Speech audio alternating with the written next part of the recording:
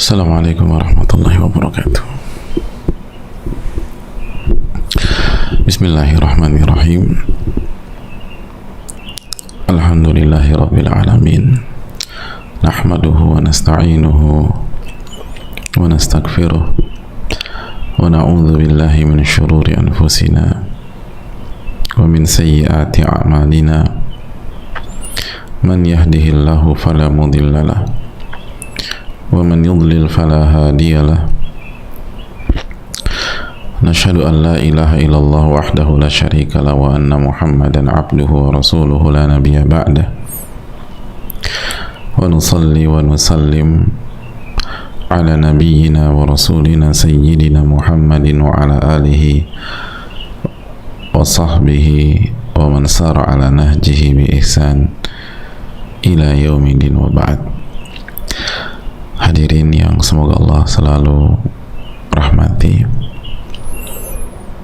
tidak ada kata yang layak untuk kita ungkapkan kecuali bersyukur kepada Allah atas berbagai macam nikmat yang Allah berikan kepada kita,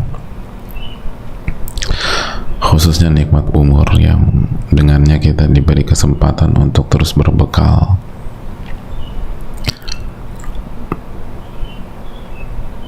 Karena bekal itu sangat penting. Wa tazawwadu fa inna khairaz zadi taqwa. Dan berbekallah, kata Allah, dan sebaik-baik bekal itu ketakwaan.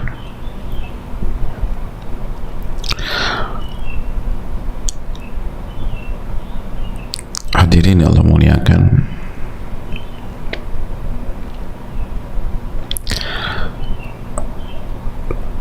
maka itu penyesalan penduduk neraka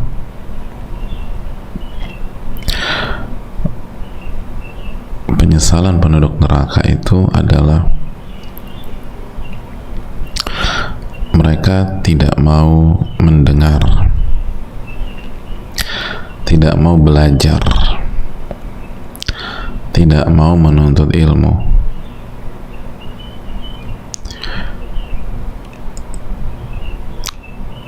Penyesalan mereka itu Allah firmankan dalam surat Al-Mulk ayat 10. Wa qalu law kunna nasma'u aw na'qilu ma kunna fi ashabis sa'ir fa'tarafu bi dhanbihim fasuqan li ashabis sa'ir. Mereka menyampaikan, kalau saja waktu di dunia kami mau mendengar, kami mau berfikir, kami mau belajar, ma kunna fi ashabis sa'ir, kami tidak akan masuk ke dalam, atau kami tidak akan menjadi penduduk neraka sa'ir. Fa'tarafu bi dhanbihim, mereka mengakui dosa mereka. Hadirin, nggak mau mendengar, nggak mau belajar itu dosa. Walaupun sebagian orang tuh cari justifikasi pada hari ini, tapi di akhirat nanti semua ngaku. Fa'tarafu bidzambihim, mereka mengaku emang dosa sih. Memang saya nggak mau belajar, memang saya nggak punya waktu untuk menuntut ilmu, memang saya nggak mau berpikir, nggak mau merenungkan firman-firman Allah dan hadis-hadis Nabi Sallallahu Alaihi Wasallam. Itu mereka akui dengan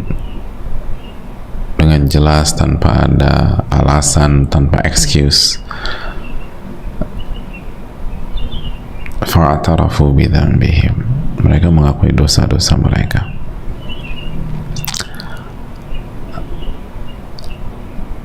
Jadi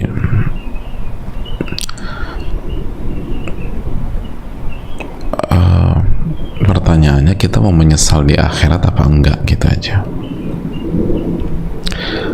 Mumpung ada kesempatan untuk belajar, mumpung ada kesempatan untuk menuntut ilmu,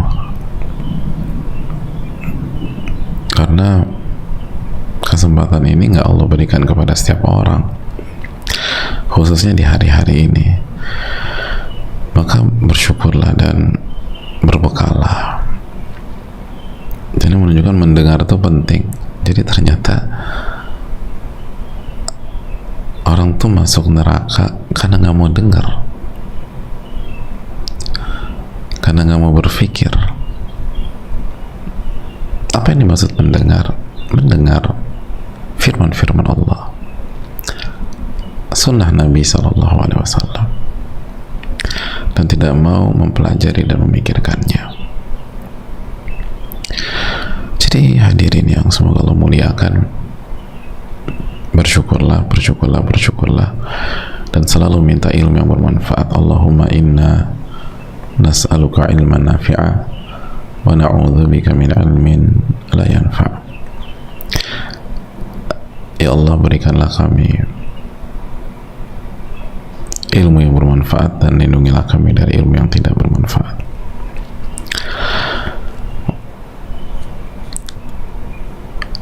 Hadirin, selanjutnya marilah jaga terus syahadatain kita, jaga tauhid kita, iman kita, dan terus berupaya mengikuti Nabi kita Sallallahu Alaihi Wasallam. Perbanyak salawat dan salam kepada beliau. Allahumma salli wa sallim wa barik wa an'im ala nabiyina wa rasulina Muhammadin wa ala alihi wa sahbihi wa man sara ala nahjihi ila yaumiddin. Hadirin, kembali bersama Imam Nawawi, dan kembali kita bersama hadis yang ke-170 ya, hadis Jabir tentang khutbah Nabi Sallallahu Alaihi Wasallam. Kemarin kita sudah jelaskan tentang bahwa salah satu tugas Rasulullah SAW adalah memberikan peringatan. Pada kesempatan ini kita akan lanjutkan.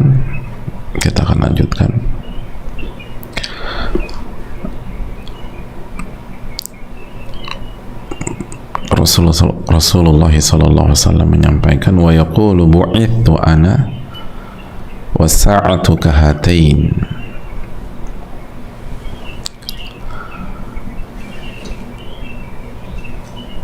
Aku ini diutus oleh Allah, wasa'atu kahatain. Jadi bu'ithu ana wasa'atu kahatain,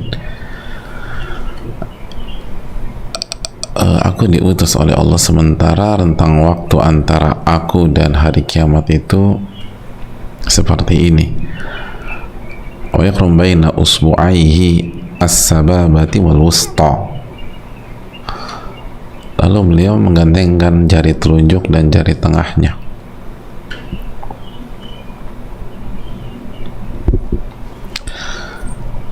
Jadi beliau sampaikan, aku diutus oleh Allah dan jarak antara aku dan hari kiamat itu seperti jari telunjuk dan jari tengah gitu. Kami bilang gini, seperti jari telunjuk dan jari tengah. Seperti ini, jari telunjuk, jari tengah. Jarak antara aku dan hari kiamat itu seperti jari telunjuk dan jari tengah. Kahatain. Hadirin Allah muliakan,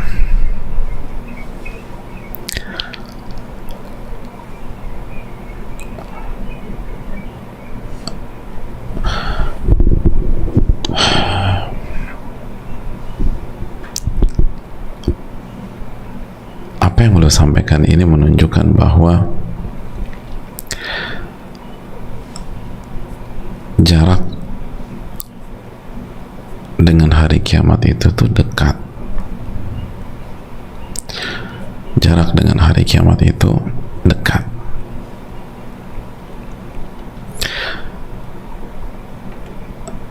Karena kata para ulama, jika kita menggabungkan antara jari telunjuk dan jari tengah itu nggak ada space kecuali sedikit aja. gitu loh. Paling berapa senti sih, atau mungkin milimeter.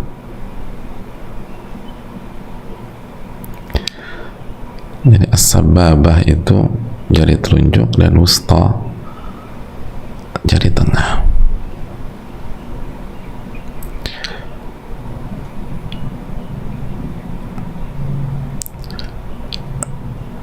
Jadi hari kiamat itu dekat, gak lama, jaraknya tuh gak jauh.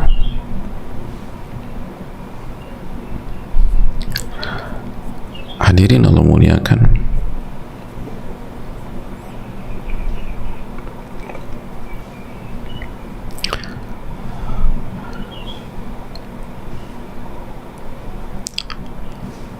makanya sebagian para ulama seperti Syekh Utsaimin membawakan sebuah hadis yang dikeluarkan Imam Tirmidzi. Suatu hari Nabi SAW berkhutbah di hadapan manusia di akhir siang, jadi di sore hari.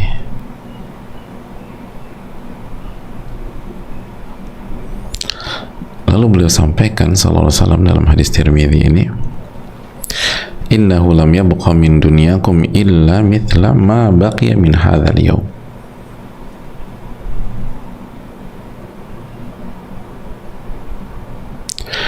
Innahu lam yabqa min dunyakum illa mithlu ma baqiya min hadzal yawm. Nabi SAW menyampaikan, tidak ada yang tersisa dari dunia kalian kecuali seperti apa yang tersisa dari hari ini sebelum masuk waktu malam. Dan beliau bicara di akhir siang, bukan di tengah siang jam 12, bukan, di akhir siang.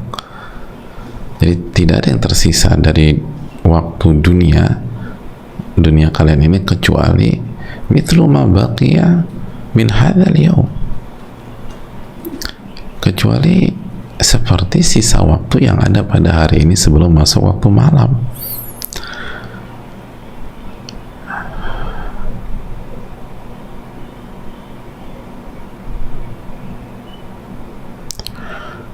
Jadi hadirin Allah muliakan,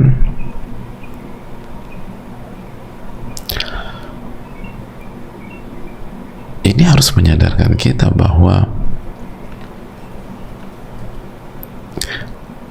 umur dunia itu nggak panjang.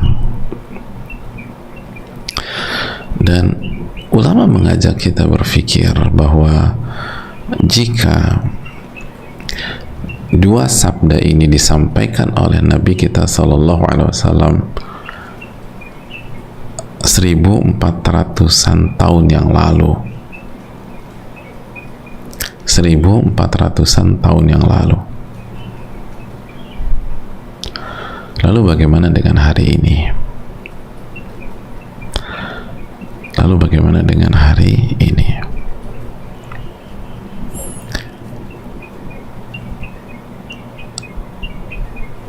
Masihkah kita berpikir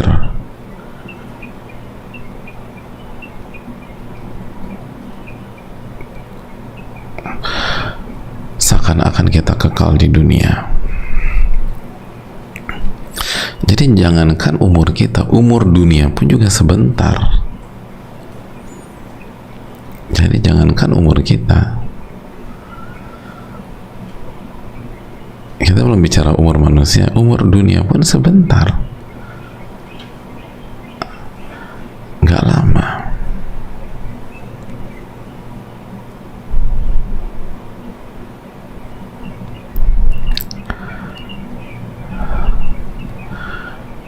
Jadi sampai kapan,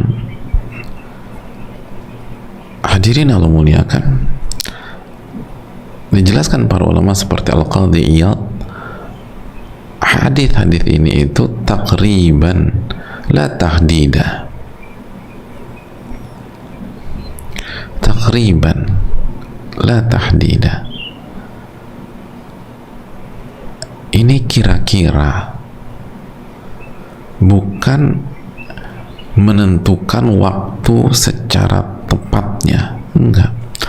Kan Nabi enggak menyebutkan tahun sallallahu alaihi wasallam. Nabi SAW hanya menggunakan isyarat jari telunjuk beliau dan jari tengah beliau. Kan begitu hadirin.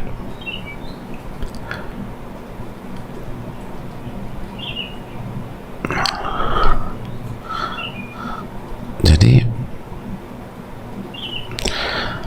ini mengingatkan kita pada hadis Jibril, dan hadis Jibril sangat dalam. Ketika malaikat Jibril bertanya kepada Nabi SAW, mata sa'ah, kapan sih terjadi hari kiamat? Lalu Nabi kita SAW menjawab dengan jawaban yang sangat tajam, mal mas'ulu anha bi'a'lama minas sa'il. Yang ditanya tidak lebih tahu dari yang bertanya. Artinya yang ditanya dan yang bertanya sama-sama nggak tahu. Pesannya apa? Kalau malaikat terbaik saja tidak tahu, kalau nabi dan rasul manusia terbaik saja nggak tahu, mungkinkah selain mereka tahu? Jadi kalau malaikat dan manusia, nabi dan rasul terbaik, dua-duanya terbaik nih, itu dua-duanya nggak ada yang tahu. Man mas'ulu anha bi'a'lama minas sa'il. Maka mungkinkah selain mereka tahu?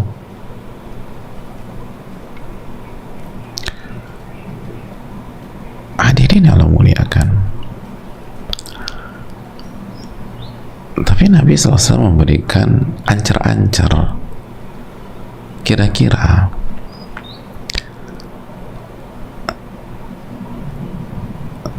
diriku dan hari kiamat itu seperti jarak jari telunjuk dan jari tengah.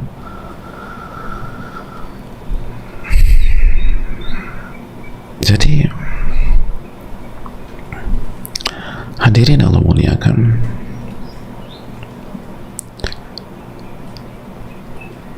masihkah kita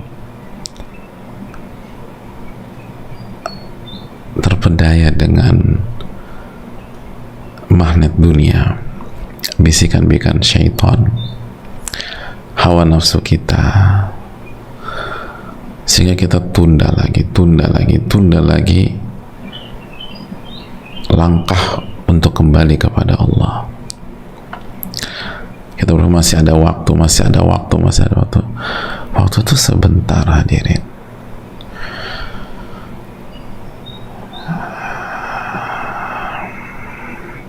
Waktu itu sebentar.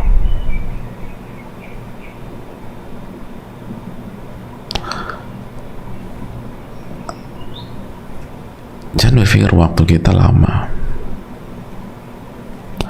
Waktu itu sebentar.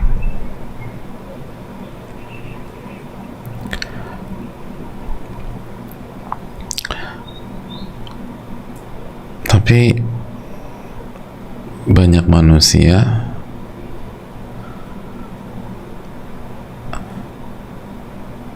terpedaya dan berpikir masih lama, masih jauh, tenang aja, santai dulu. Oh enggak. Apa kata Allah dalam surat Al-Ma'arij ayat 7, ayat 6 dan ayat 7, innahum yarawnahu ba'ida wa narahu qariba.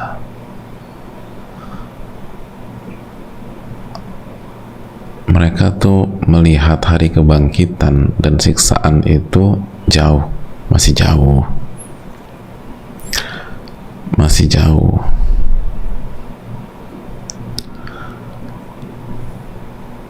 Wa narahu qariba, dan kami melihat itu dekat. Wa narahu qariba, dan orang-orang beriman melihat itu dekat.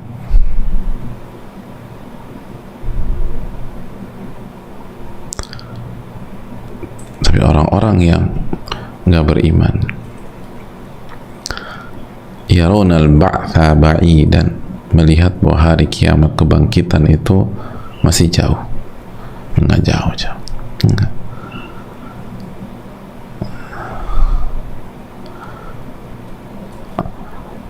Orang-orang beriman itu melihat dekat.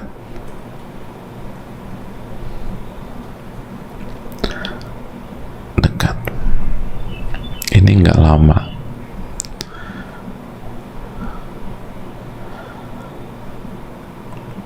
Ini cuman sebentar.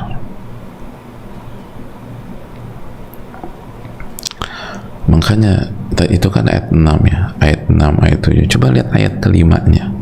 Mundur sejenak satu ayat. Mundur sejenak satu ayat. Apa kata Allah Subhanahu wa taala? Fasbir sabran jamila. Maka bersabarlah dengan sabar yang indah. Maka bersabarlah, sabar dengan kesabaran yang indah. Fasbir sabran jamila. Innahum yarawnahu ba'ida wa narahu qariba. Ini perintah untuk sabar, hadirin. Ini perintah untuk sabar dengan sabar yang indah. Lalu Allah jelaskan, innahum yarawnahu ba'ida wa narahu qariba. Mereka tuh ngelihat hari kebangkitan itu masih jauh, kami melihat dekat. Orang-orang beriman melihatnya itu hal yang dekat. Jadi nggak jauh, dekat. Makanya fasbir sabran jamila. Maka bersabarlah dengan bahasa Allah menggunakan kata tu sabran jamila,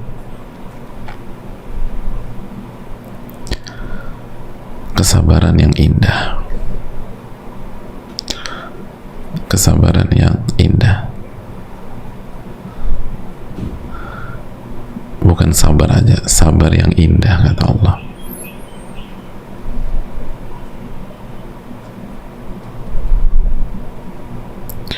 Sabar yang indah.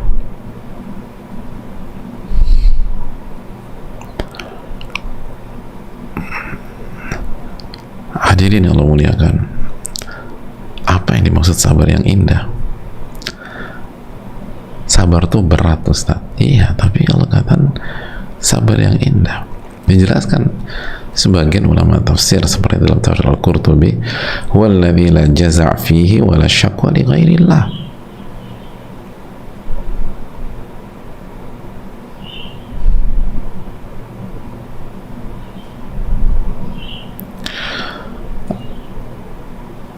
Sabar yang indah itu adalah ketika seseorang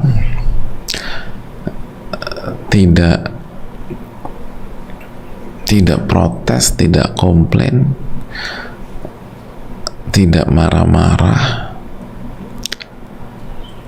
tidak emosi, tidak mengeluh kepada selain Allah, dan dia nggak mengeluh kepada selain Allah.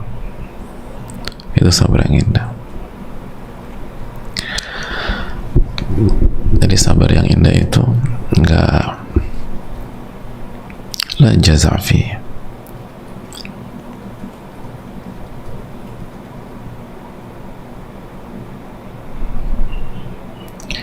wala syaqwa li ghairillah. Dia nggak pernah mengeluh kepada selain Allah. Dia nggak ngeluh kepada manusia. Dia nggak ngeluh sama sahabatnya. Itu sabar yang indah.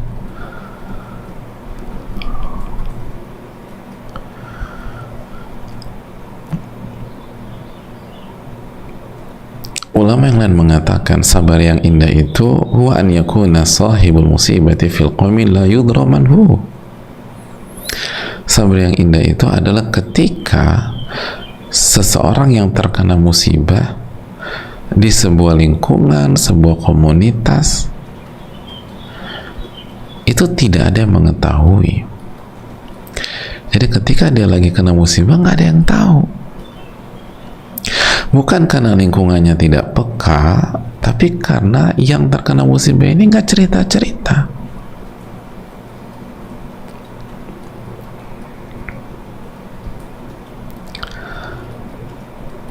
Nggak cerita-cerita.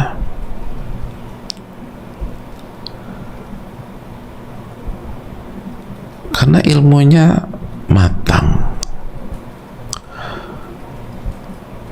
Karena dia mengenal Allah Subhanahu wa taala dan dia mencukupkan dengan Allah Tabaraka wa taala.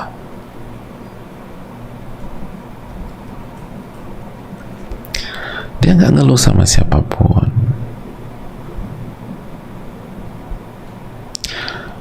Itu fasbir sabran jamila. An yakuna sahibul musibah fil qawmi la yudra manhu. Kecuali ada hajat, ya, ada maslahat, misalnya dia sampaikan keluhannya ke dokternya, ya sama dokter harus cerita diri. Apa keluhannya Pak? Nggak mau cerita. Loh, kok nggak mau cerita Pak? Sabran jamila. Oh nggak apa-apa Pak, karena ini bukan ngeluh tanda nyesek terhadap takdir, enggak. Ini untuk maslahat. Atau kita cerita ke guru kita, ahli ilmu, ustadz kita untuk dapat solusi. Itu. Atau kita sampaikan dalam rangka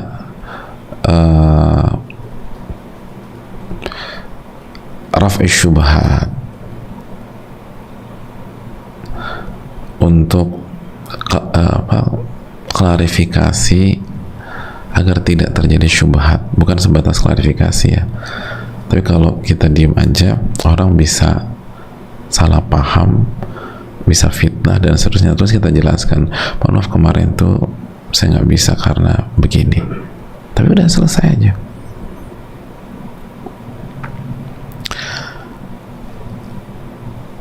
Karena ada maslahat. Itu pengecualian kata para ulama. Tapi pada dasarnya sabran jamil itu, sabran jamila itu nggak cerita. Jadi orang nggak tahu gitu. Orang pikir dia baik-baik aja, padahal. Jadi dia nggak ngeluh kecuali kepada Allah Subhanahu wa taala. Ngeluhnya juga bukan komplain, tapi berdoa, mencurahkan isi hati, minta pertolongan, itu maksudnya.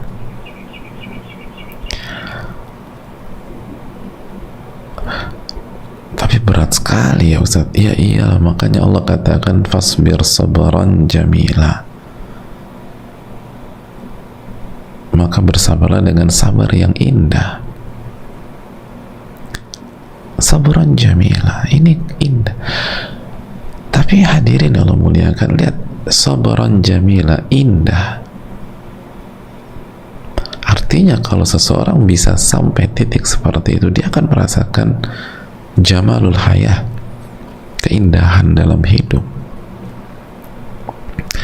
Berat memang, tapi kalau udah bisa sampai ke sana, itu hidupnya akan indah.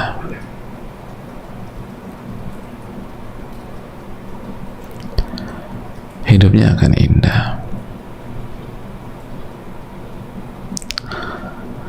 Dan setelah ayat ini, innahum yarawnahu ba'ida wa narahu qariba. Mereka melihat kebangkitan itu jauh dan kami melihat itu hal yang dekat. Jadi memang berat, sabron jamila itu berat, tapi kan nggak lama jamaah, itu nggak lama, sebentar. nafsu tuh pengen cerita, bahkan pengen komplain, pengen marah-marah. Ingat lagi, sebentar kok, sebentar, gak lama, sebentar. Usia dunia ini tuh cuma sebentar. Itu maksud kata para ulama.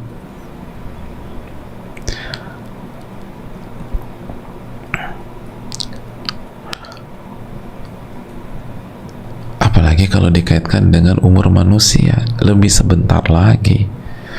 Dengan hari kiamat aja sebentar, apalagi usia kita. Dan ingat nggak kaidah? Masih ingat kaidah? Kaidahnya berbunyi, idza mata ibnu Adam qamat qiyamatuh.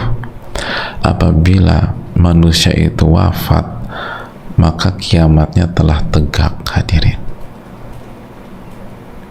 kiamatnya telah tegak. Apa maksudnya? Maksudnya sudah tidak ada lagi kesempatan beramal, sudah tidak ada lagi kesempatan ibadah. Ujian kubur akan dihadapi, dan nikmat atau azab kubur akan dia hadapi.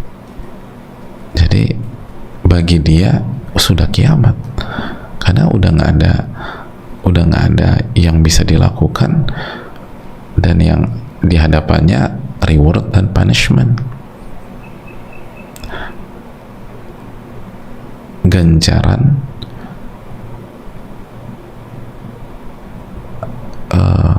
penghormatan atau hukuman. Makanya kaidah mengatakan idza mata ibnu Adam qamat qiyamatuh. Apabila anak Adam wafat atau manusia wafat, maka kiamatnya telah tegak, kiamatnya telah dimulai, gitu loh. Khusus untuk dia sudah start, sudah dimulai. Hadirin, itu yang harus kita renungkan, kan? Apalagi di hari-hari ini.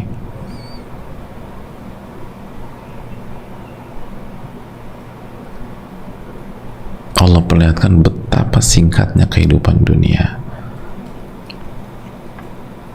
betapa sebentarnya kehidupan di sini.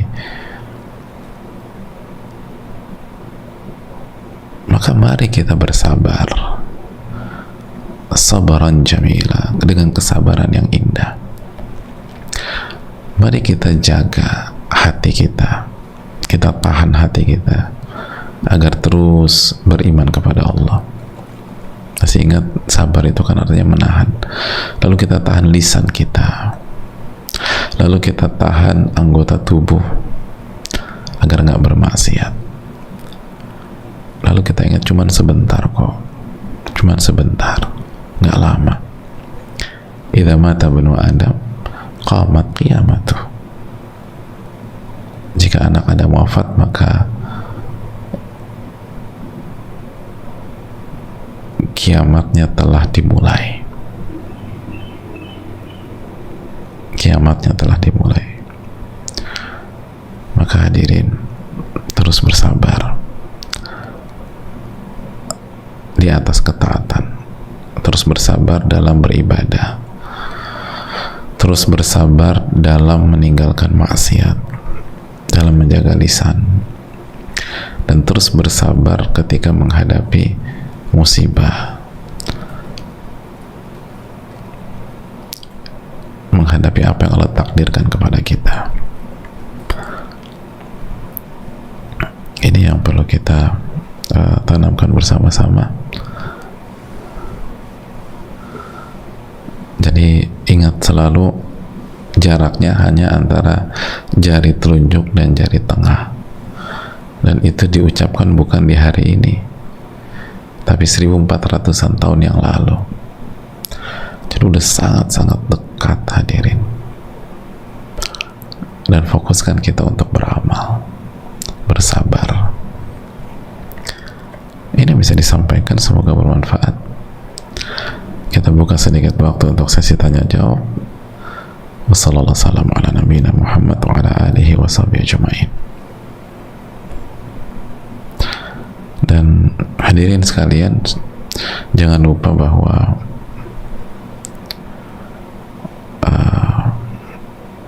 kita masih berada di hari-hari mulia Dzulhijjah, bulan haram terbaik menurut sebagian ulama seperti Ka'ab. Jadi maksimalkan amal soleh dan jaga diri dari kemaksiatan.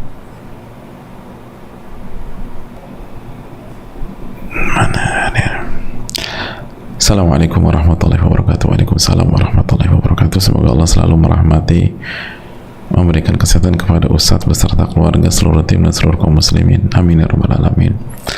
Dan doakan juga Imam Nawawi. Hadirin, kita dapat ilmu banyak sekali dari beliau ini, dan ulama-ulama kita juga.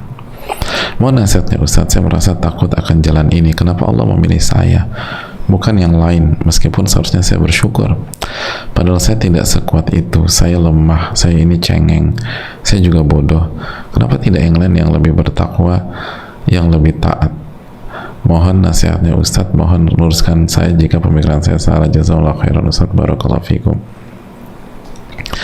Hadirin Allah muliakan, ketika kita merasa kita sebenarnya nggak pantas, lalu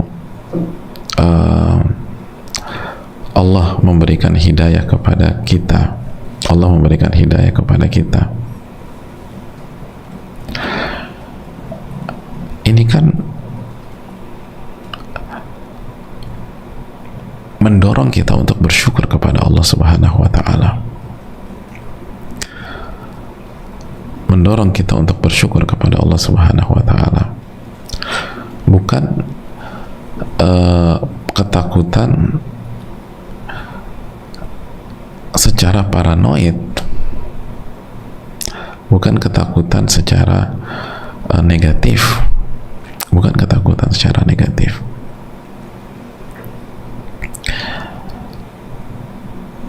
Jadi hadirin Allah muliakan,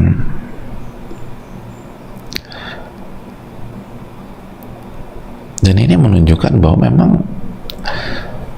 kita ini berada di jalan yang lurus bukan karena kehebatan kita, bukan karena kepintaran kita, bukan karena kemantapan kita, bukan, tapi benar-benar hidayah dan taufik dan karunia dari Allah Subhanahu wa Ta'ala. Masih ingat firman Allah dalam surat An-Nisa ayat 83, di akhir-akhir Allah mengatakan, walaula fadlullahi alaikum wa rahmatuhu lattaba'tum asyaitana illa qalila. Kalau saja bukan karena karunia Allah dan rahmat yang Allah berikan kepada kalian, maka niscaya kalian akan mengikuti syaitan kecuali sedikit saja.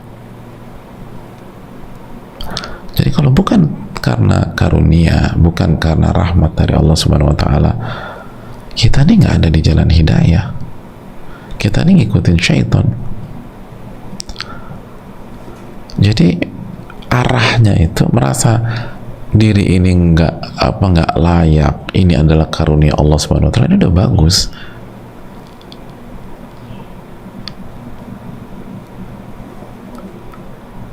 Tapi langkah berikutnya jangan sampai salah.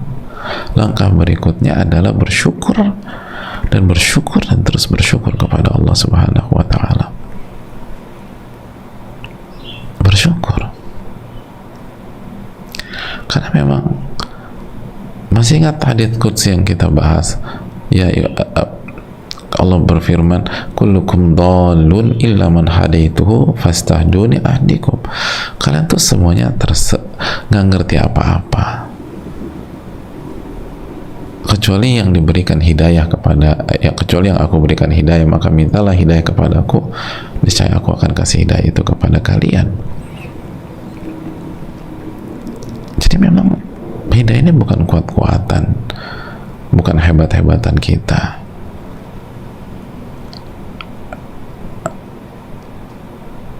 tapi ini karunia dan taufik dari Allah yang harus kita syukuri. Dan Allah nggak mungkin salah. Alaihissallahu bi ahkamil hakimin. Bukankah Allah sebaik-baik pemutus, sebijak-bijak pemutus? maka bersyukurlah dan tutup pintu dari syaitan. Allah ta'ala bisawab. Assalamualaikum warahmatullahi wabarakatuh. Waalaikumsalam warahmatullahi wabarakatuh. Semoga Allah merahmati Imam Nawawi dan semoga Allah selalu menjaga dan merahmati Ustadz beserta keluarga, amin ya rabbal alamin. Ustadz izin bertanya, apakah akhwat bisa menilai ikhwan secara ilmiah jika tidak ada wali yang membimbingnya dalam ta'aruf, dan bagaimana mengetahui ilmunya ikhwan sedangkan jika ditanya maka dijawab dengan merendah dan tidak mentazkiyah dirinya, dan apakah dengan istikharah bisa mengetahui ilmunya ikhwan? Jazakallahu khairan Ustadz, barakallahu. Ikhwan itu laki-laki ya, jadi proses mau menikah. Jadi apakah seorang wanita bisa menilai calonnya secara ilmiah, secara akurat tanpa ada wali yang membimbingnya dalam proses pranikah itu? Hadirin Allah muliakan, ulama menjelaskan bahwa fungsi kenapa, apa hikmah dan apa alasan mengapa Nabi SAW mengatakan la nikah illa biwali wa syahidi adlin, tidak ada pernikahan kecuali dengan wali dan dua saksi yang adil. Lalu Nabi juga menyatakan sallallahu alaihi wasallam, ayu imra'atin nakahat bighairi idzni waliha fanikahuha batil. Setiap wanita yang menikah tanpa izin walinya maka pernikahannya batil, tidak sah dan tidak sah. Dijelaskan oleh para ulama, hikmahnya itu sangat dalam dan sangat besar. Bahwa fungsi wali, jadi kenapa sih harus minta izin walinya dulu? Karena fungsi wali itu untuk mengawal, mendampingi, dan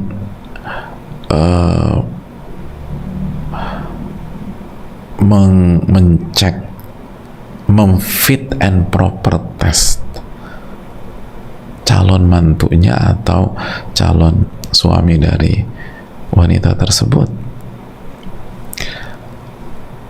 Kenapa demikian? Karena seringkali wanita punya kelemahan dari sisi ini, khususnya apabila dia sudah menyukai seseorang, apalagi udah rasa cinta dan seterusnya. Al-hubu yu'mi, cinta itu membuat seseorang itu buta.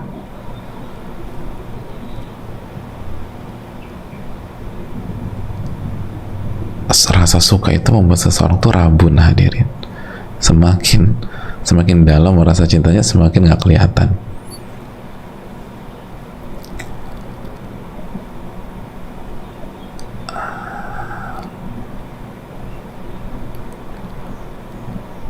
Kata para ulama, mata ini kalau sudah ridho, semuanya baik udah. Sedangkan pernikahan adalah keputusan besar dan resikonya besar.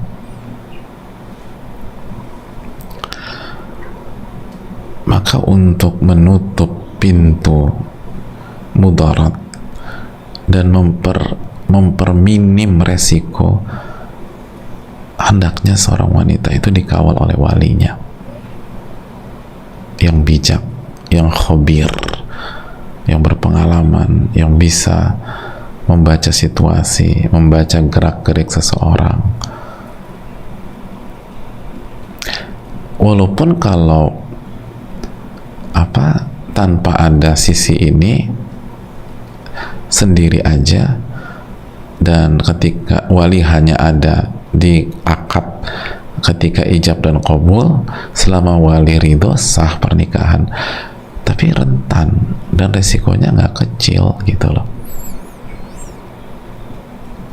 Beda dengan apabila walinya mendampingi dan fit and proper dulu sama wali, dicek segala macam.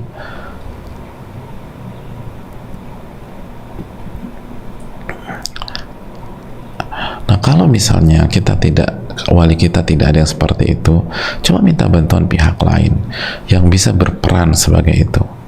Walaupun nanti pas akad yang ijab qabul jelas tetap wali, kita cari pihak lain, mungkin dari keluarga besar kita.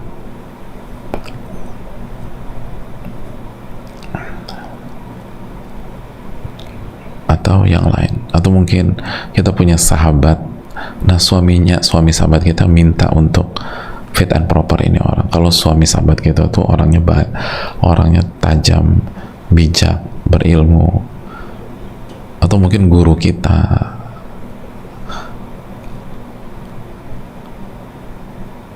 intinya kalau bisa tidak dilewati sendirian itu lebih baik. Apalagi kalau kita sudah punya rasa, apalagi rasa itu juga cukup dalam. Tapi cari yang benar-benar objektif, cari yang benar-benar objektif, dan cari orang-orang yang punya ilmu dan hikmah. Nah, enaknya wali itu apalagi yang objektif ya, walinya objektifnya ayah, kakak, atau yang lain-lain berkaitan keluarga kita. Mereka kan misalnya bukan hanya objektif, misalnya bukan hanya bijak, tapi mereka juga mengerti kita. Itu enaknya. Kalau misalnya ayah sendiri, apalagi keluarga inti sendiri, mereka kan ngerti kita. Apalagi kalau mereka itu tadi bijak, punya hikmah, punya ilmu, punya objektivitas. Jadi mereka bisa bukan hanya menilai calon ini baik, tapi mereka juga bisa bilang, kayaknya calon ini baik sih, tapi kayaknya nggak cocok deh sama kamu. Karena karakternya bisa, kalau disatukan, bisa punya PR, kecuali Allah kasih taufik. Coba kamu pikirkan lagi.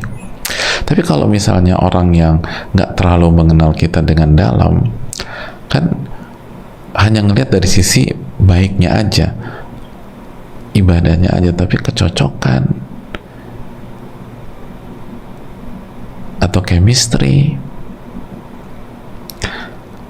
atau kebutuhan mungkin mereka sulit untuk menilai. Makanya paling enak itu benar wali yang turun tangan. Wali bisa, misalnya kalau ayah atau kakak laki-laki, kakaknya udah ngerti adanya tuh kayak apa, kakaknya bilang, kamu tuh butuh tuh laki-laki yang seperti ini, seperti ini, seperti ini, seperti ini. Kali ini gimana? Ini anak ini laki-laki baik, tapi kriterianya nggak masuk nih, gitu loh. Kok bisa nggak ngadepin? Dan seterusnya. Allahu ta'ala alam bisawab. Walaupun kalau selama ketika akad wali sudah ijab qabul dan meridhoi, tapi nggak ada proses seperti itu, pernikahan sah dan dengan kebaikan dan taufik dari Allah bisa saja dapat yang cocok, dan kasus juga ada dan tidak sedikit. Tapi sekali lagi kita diminta oleh syariat kita menghadapi keputusan besar seperti ini, hendaknya kita minimalisir segala resiko semaksimal mungkin.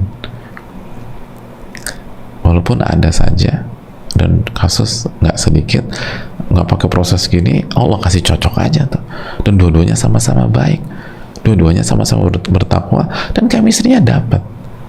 Padahal nggak ada, ya udah,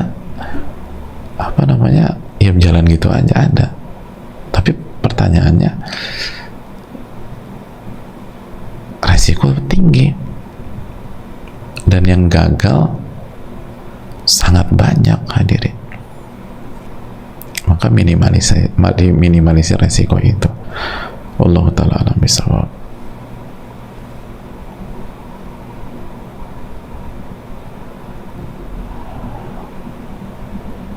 Saya rasa cukup sampai di sini. Jazakallahu khairan, semoga bermanfaat. Hadirin, bersabarlah dengan sabar yang indah, karena nggak lama, dan semoga Allah kasih taufik kepada kita. Allahumma inna nas'aluka ilman nafi'an wa na'udzubika min ilmin la yanfa'. Subhanakallahumma wa bihamdika, la ilaha illa anta, astaghfiruka wa atubu ilaik. Assalamualaikum warahmatullahi wabarakatuh.